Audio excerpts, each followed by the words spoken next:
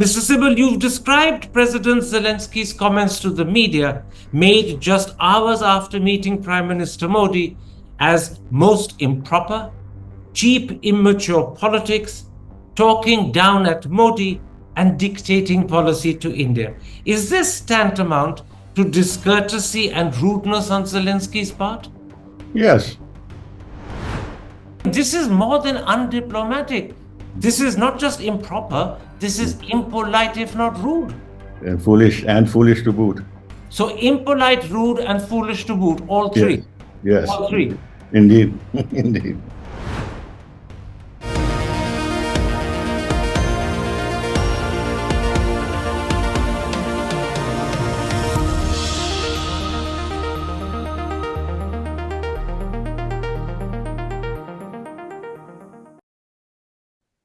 Hello and welcome to a special interview for The Wire.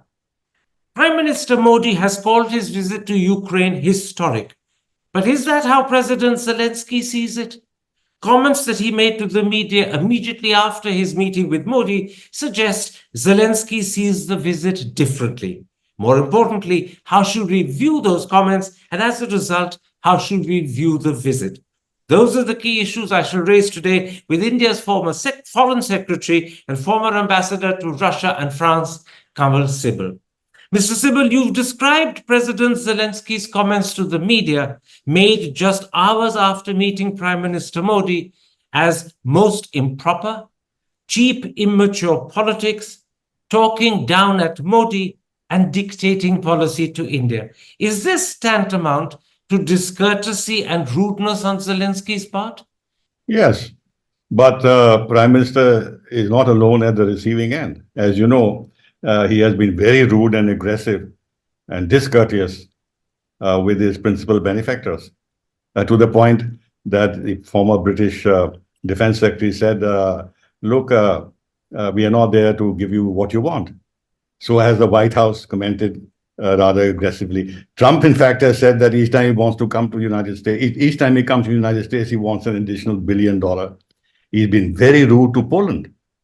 The Polish Prime Minister, the previous Prime Minister, he's been very rude to Viktor Orban of Hungary, very rude to Macron, very rude to Scholz, in fact, insulting Scholz. I remember that at that time I had tweeted on this also, that look at the state of Germany today, where they can accept this kind of rudeness from Zelensky. Now, the point is, Zelensky thinks he's a star, and the stardom has gone to his head because he has been lionized. He's been there. Sorry. But your position is that Zelensky was rude to Prime Minister Modi hours after his meeting with Mr. Modi. Well, you can call it a rudeness, but I would call it as inept diplomacy, immature diplomacy, and entitlement politics, as if the world owes everything to Zelensky. He's a showman, and his showmanship came through. He thinks he can say anything he wants because the rest of the world owes to him, especially Europe and United States, because they think that they're fighting a battle against Russia, which is his battle. And therefore, it's not that only supporting Ukraine, they actually have to then protect their own longer-term interests. That's what gives him the confidence to do and say what he wants. Let's, Mr. Sibal, focus on some of the specific points Zelensky made. First, he said, by bombing a children's hospital in Kyiv whilst Modi was in Moscow, Putin did not respect India or its leader. His words were, if you attack children in a hospital during the official visit of the Prime Minister, it means he doesn't respect the Indian Prime Minister. Now, that's a swipe both at the Russian president, but also at the Indian Prime Minister. And as far as the Indian Prime Minister is concerned, it was probably made when Mr. Modi was still perhaps on a train on Ukrainian soil. Well, firstly, when Modi went there and this incident occurred, and I'll come to the background of this incident, there is no way that Prime Minister Modi could make a snap judgment that this had happened and that Putin was responsible or Russia was responsible. After all, there is no international investigation even till today as to what caused this. And there are a lot of versions of what happened. In fact, one version is that one of Ukraine's own missiles actually misfired and dropped on this hospital. But whatever it is, we can't judge because there's no international investigation. But how did he expect Prime Minister Modi to make a snap judgment and say, look, Russia, you are responsible? And he objected to the fact that Modi embraced Putin. Now, if he had not embraced Putin, what would have been the reading of the situation by the Indian commentators and press and the international press?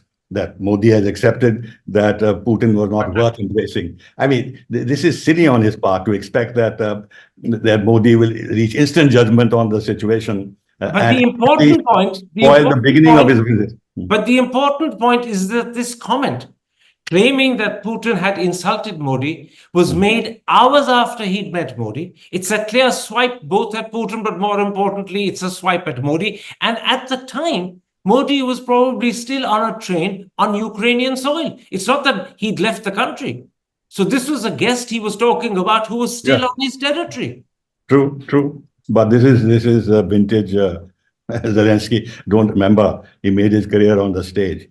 And he won the presidency because of the series in which he acted as the president. And he became so popular that without any electioneering, he was elected president of Ukraine. So he thinks that he can say all this and he's playing to the gallery, but he's trying to manipulate the Indian press. Second, because he knows the Indian press will I'll come to the Indian press in a moment's time. Let's first focus on the many different things that Zelensky said, each of which you've noted in your tweets. Secondly, Zelensky abruptly dismissed India's explanation for buying Russian oil. He alleged that India's purchases were generating billions of dollars that help fund Russia's military, and then pointedly added, if India won't buy oil, then Putin will be in big trouble. If we change the Indian attitude, we will stop the war. This sounds like accusing India of complicity in funding the war. Absurd. And it is silly on his part, because this point has been raised with us by the Americans several times, and by the Baltic states. This has figured in the Rasina dialogue when we've had visitors from that part of the world. In fact, we've been accused of being morally insensitive. And the External Affairs Minister, Jaishankar, had addressed this. At one time, he said quite rightly that what we buy in a year, you buy in a day. In fact, Jaishankar addressed this issue on Ukrainian soil at a press conference that he held after the Zelensky-Modi meetings. Zelensky spoke to the Indian media after Jaishankar had clarified the point. So he not only disregarded what Modi told him in the meetings that had happened earlier in the day, he also disregarded what Jaishankar had said at a press conference in Kyiv afterwards. Exactly. That's why the man is a loose cannon.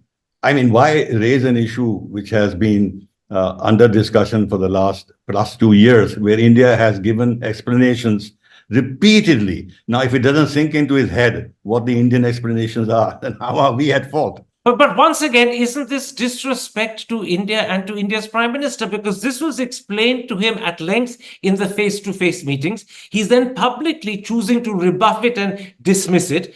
That is surely disrespect to the person who's just been his guest. He's playing to the domestic gallery, as well as trying to, again, exploit the Indian media, which would then reflect what he said. And he's being disrespectful. And he's being disrespectful in the bargain. In a sense, yes, but that's part of his character. So, I mean, he's been disrespectful, as I mentioned, to his principal benefactors. So it's nothing unique. Now, thirdly, Zelensky directly attacked India's policy of maintaining a balance between Russia and the Ukraine. And he did this when he said, we need your country on our side, and it should not just be balancing between us and Russia. And then he added, it's not about the historical choice you should make. To many, that sounded like a direct rebuff of India's position, explicitly enunciated by our Prime Minister himself, that India's on the side of peace. Here was Zelensky, as soon as the meetings with the PM were over, rebuffing it. Yeah, but again, very silly on his part. After all, this issue has been discussed in the UN Security Council, in the UNGA, in the G7, in the G20, where India has been there. And India's position is well known. India has not changed its position. Initially, the Americans, and to some extent, lesser extent, the Europeans, especially the Baltic states, were criticizing us on remaining neutral, but they have actually changed their position. The remarkable thing is that the US ambassador here, few weeks ago, said that we had encouraged India to buy Russian oil. But can I come back to the central point? Again, on this issue of rebuffing India's attempt to balance between Russia and Ukraine, he was contradicting and dismissing what the Prime Minister had said, not just face to face at the delegation level meetings, but he was also aware that television had carried those comments. So he knew that these were comments made to him. He knew that these were comments that were carried by television. And yet hours later, he chose to dismiss and rebuff them. That is calculated rudeness. Calculated rudeness, yes. If only if he's aware that he's being rude. But the kind of a shallow man. He doesn't know the difference? No, the shallow man that he is, I don't know whether he realizes what he's doing. He's immature. He's really immature. You don't do this. You try and win over friends. You try and persuade friends. Look, even the Americans haven't talked down to us in the manner in which he tried to talk down at our Prime Minister through the comments that he made, because he has no experience in diplomacy. He's a showman. Now, fourthly, and this is a point that you made yourself in your tweets, you said Zelensky fundamentally rejected Modi's peace bid when he said India could be part of peace efforts, but Kyiv wouldn't make compromises on principles or values. Zelensky said, and I'm quoting him, "I spoke about it with the Prime Minister. We want him at the peace summit, but we don't change our territories on any propositions." That sounds as if he's stressing his own 10-point peace formula, which explicitly includes Russian withdrawal from Crimea and which India has not endorsed. And yet he's making it almost a condition. Yes, absolutely.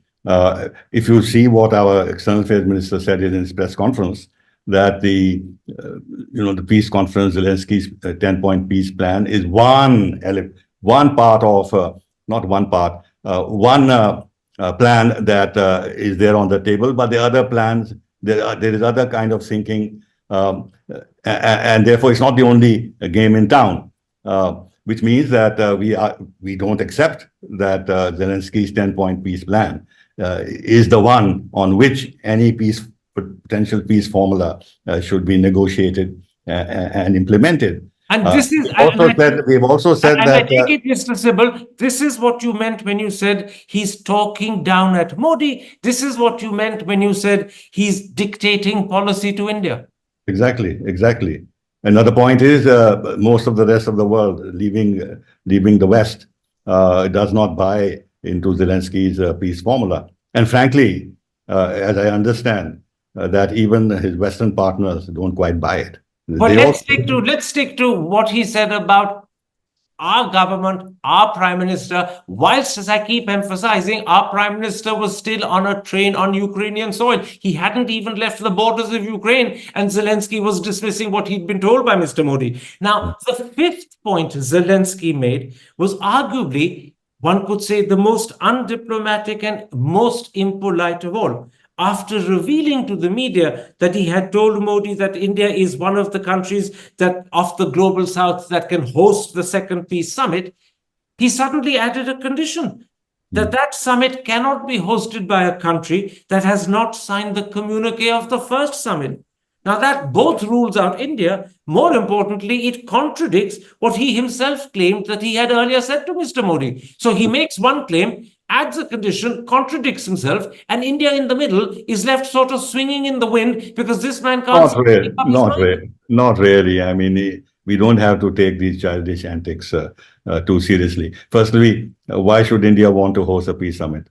Because India, if you notice the paragraph we've added in the joint statement, talks about all stakeholders and innovative solutions, which means we do not accept that the solution can only be found through Zelensky's 10-point peace plan. Now, and there is no, and we also want, when we say all stakeholders, Russia to be present.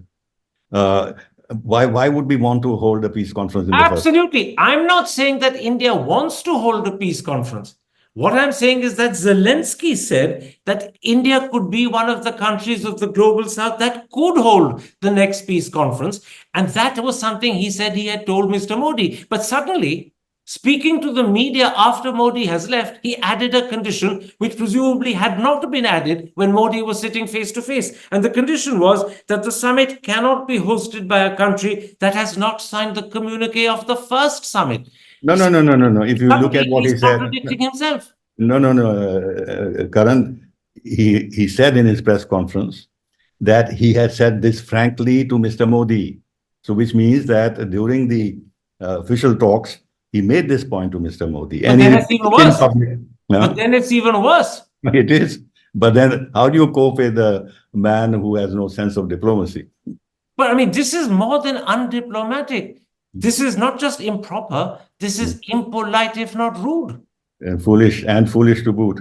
So impolite, rude, and foolish to boot, all three. Yes. All three. Indeed. Indeed. Hi, I'm Karan Thapar. Over the last few years, I hope you've been watching my program, The Interview on the Wire. During that period, I've interviewed doctors, politicians, businessmen, scientists, authors, and even the occasional Nobel laureate. For me, it's been exciting. I hope it's been enjoyable for you. But these, as you know, are tough times, and if this program is going to remain bold, independent, and sometimes even defiant, then I think we need your support. At the end of the day, it's a truism, but editorial independence is best defended by the viewers. So if you would like this program to remain the way it is, forthright, outspoken, and interesting, then would you consider supporting us? All you have to do is to click on the description at the bottom. But more than anything else, I hope you will continue to watch the interview. Your viewership means an awful lot to me.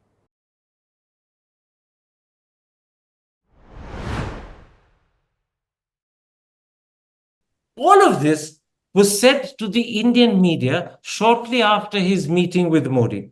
So was he deliberately sending a message, and that too behind the back of the Indian Prime Minister?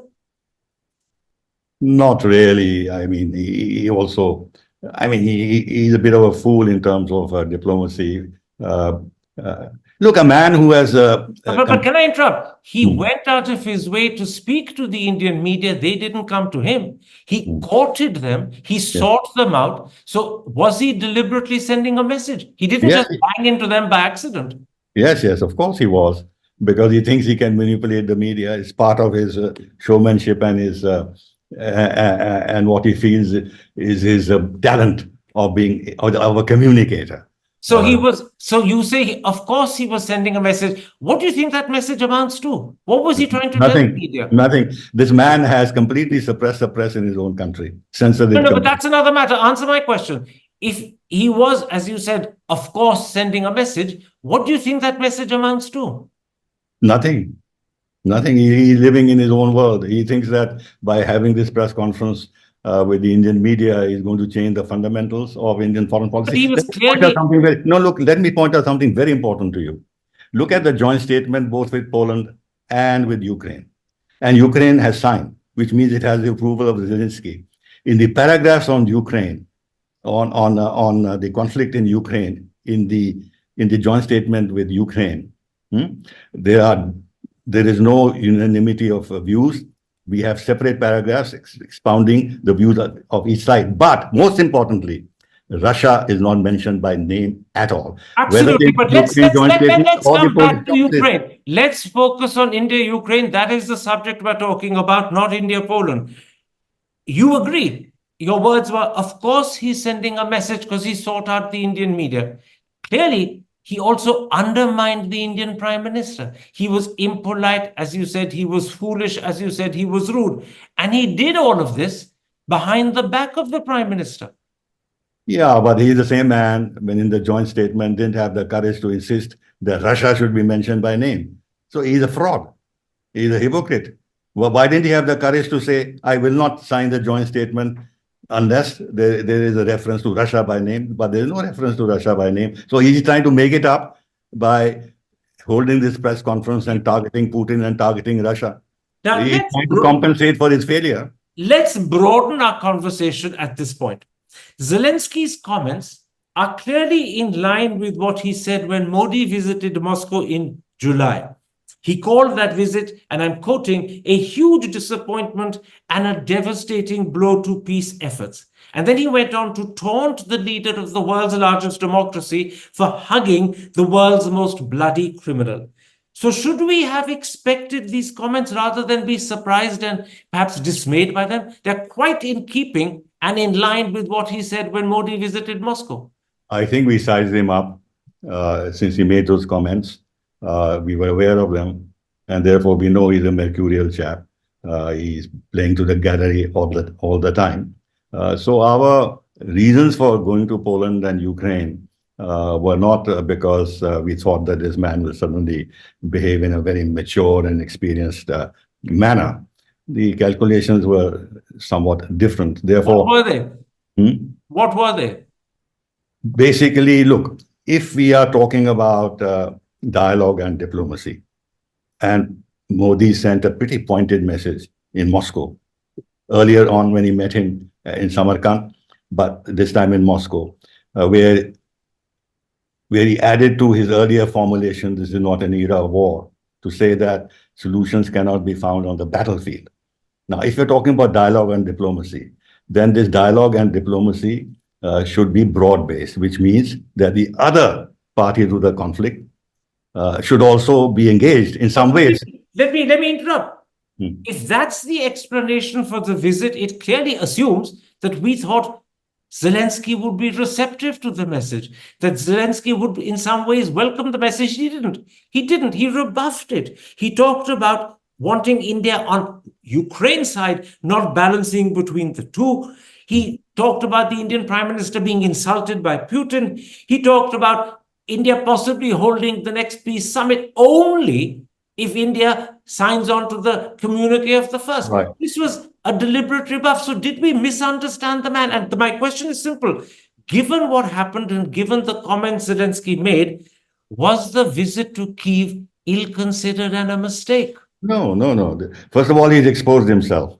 And he's exposed But you think so? The Western world does not. Exposed himself to India and to the global South. No, but forgive me. And no, The only country that has picked up these comments is us. It is not news in any global South country. It is certainly not. Yeah, but the diplomats are doing their job. He's rebuffed our Prime Minister, but he hasn't exposed himself to anyone. But diplomats are doing their job. The Western diplomats and US diplomats all are doing their job. They report back. And I don't know what conclusions they have reached, but if What did we gain? What did we gain by going to Kyiv and being rebuffed in public by the man who was our host? What did we gain in terms of the insult to our Prime Minister, the insult to our country's policy? We have closed the circle. And when we talk about dialogue... Was it necessary to close the circle? It was. It's a theoretical concern, nothing more. No, it was. Because if we are concerned about the Ukraine conflict, which we are, and the global South also is, because it has repercussions for the world as a whole, it has repercussions on us, not only in terms of our trade with Russia. So you say the our relationship with Russia. But let me complete. Not only that, but it has actually begun the process of the breakdown of the international system. Oh no, come on, Mr. Sibal, you are exaggerating hugely. Why? What international system is breaking down as a result of the visit by our Prime Minister to Ukraine? No. I'm talking about the Ukraine conflict. How the repercussions of that, the entire policy of sanctions, the use of the of finance as a weapon, the SWIFT system being broken down. Hang on. None of that flows out of Mr. Modi's visit to Ukraine. What does emerge is that our Prime Minister was rebuffed, our country's position was scorned and insulted, and more importantly, our Prime Minister was also insulted by being claimed that he'd been insulted by Putin. I'm saying to you, what did we gain from this visit? We gained internationally by broad-basing our diplomacy, having more credibility when we talk of dialogue and diplomacy. And we have exposed Ukraine and Zelensky. He's on his last legs, believe me. His constitutional position is illegitimate. They are mortified at the fact that if Trump wins, then that's the end of Zelensky and his followers. Let me They're terribly repeat worried. what you have. Let me repeat to you what you have agreed to 2 or 3 times in this interview. You said that, in fact, the comments made by Zelensky about India or our prime minister were most improper. You called them rudeness. You called it disrespect. You called it childish. You called it immature. That is an outcome our government and prime minister can't be proud of. Why should we be proud about the stupidity of others? Absolutely. Yeah, We're embarrassed by it. But we are not. We are not claiming that we have changed Zelensky's mindset or that we found a solution to the problem in Ukraine. It is just that we're trying to broad base our diplomacy, so nobody can accuse us that you are only concentrating on one side of the conflict, but you are ignoring the other side of the conflict. All right. Let me put this If you're sincere about dialogue and diplomacy, then talk to the other side. And so Prime Minister went there in good faith, and got rebuffed, got insulted. No, we didn't get rebuffed. Our External Affairs Minister was very clear. In fact, the Ukrainians can say that they were rebuffed by the External Affairs Minister because he totally disagreed with the line that Ukraine and Zelensky had taken. So they can say on our soil, the Indian Foreign Minister actually rebuffed us. Let me end by one simple question. Given the outcome, which was, I imagine, predictable, because as you said, this is a childish, immature man. We never expected anything more from him. So clearly this outcome was predictable. Did the Prime Minister's advisors, the Foreign Minister and the National Security Advisor, make a mistake by not forewarning him that this could be the outcome? Perhaps even they should have advised him against going to the Ukraine. No, I think I don't know, but I assume that they would have anticipated this. They balanced the pros and cons and felt that the pros were more in favor of a visit in order to, as I said, send a message that India is being impartial, India is being neutral genuinely. India is not wedded to one side of the story. It is willing to hear the other side of the story on the soil of that country, so that the criticism that we receive from the West is an amazing thing, Mr. Sibal. You began your answer by saying they, meaning the Foreign Minister and the NSA, would have anticipated this. If they'd anticipated this and still advised the Prime Minister to go ahead with the visit, it seems they were quite happy for I'm not be insulted. I'm not privy to what the internal discussions, but as experienced diplomats, they would, and as you know, we've already said in the joint statement that Doval has been in touch with the head of office of Zelensky, Yermak. Several times they've had telephone conversations. So it's clear that from our point of view, the basis of the visit was reasonably controlled. Because what's the point in having all these conversations if at the end of the day we had to come up with this kind of a rant by Zelensky? Now, if Zelensky is so immature and so foolish that he has spoiled his own case, then so be it. So all right. How do we lose anything from that? Let's leave it there.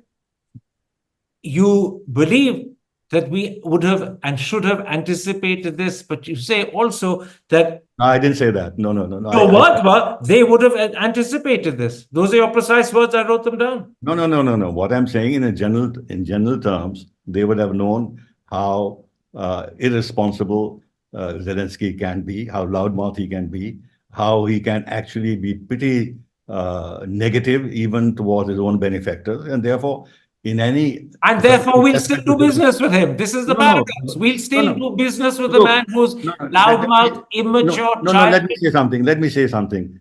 Our Deputy National Security Advisor, who was previously ambassador to Russia, he went in advance a few days before of the visit. So clearly they had some understandings of how the visit will go. Now, if Zelensky, whether under influence, then Zelensky let us down. Zelensky went back on an understanding. That's what you're suggesting.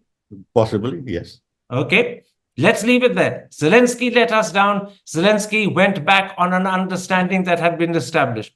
I thank you. I thank you for the time you've given me. I thank you for answering my questions. Take care. Stay safe. Thank you. Hi, I'm Karan Thapar. Over the last few years, I hope you've been watching my program, The Interview on the Wire. During that period, I've interviewed doctors, politicians, businessmen, scientists, authors, and even the occasional Nobel laureate. For me, it's been exciting. I hope it's been enjoyable for you. But these, as you know, are tough times, and if this program is going to remain bold, independent, and sometimes even defiant, then I think we need your support. At the end of the day, it's a truism, but editorial independence is best defended by the viewers. So if you would like this program to remain the way it is, forthright, outspoken, and interesting, then would you consider supporting us? All you have to do is to click on the description at the bottom. But more than anything else, I hope you will continue to watch the interview. Your viewership means an awful lot to me.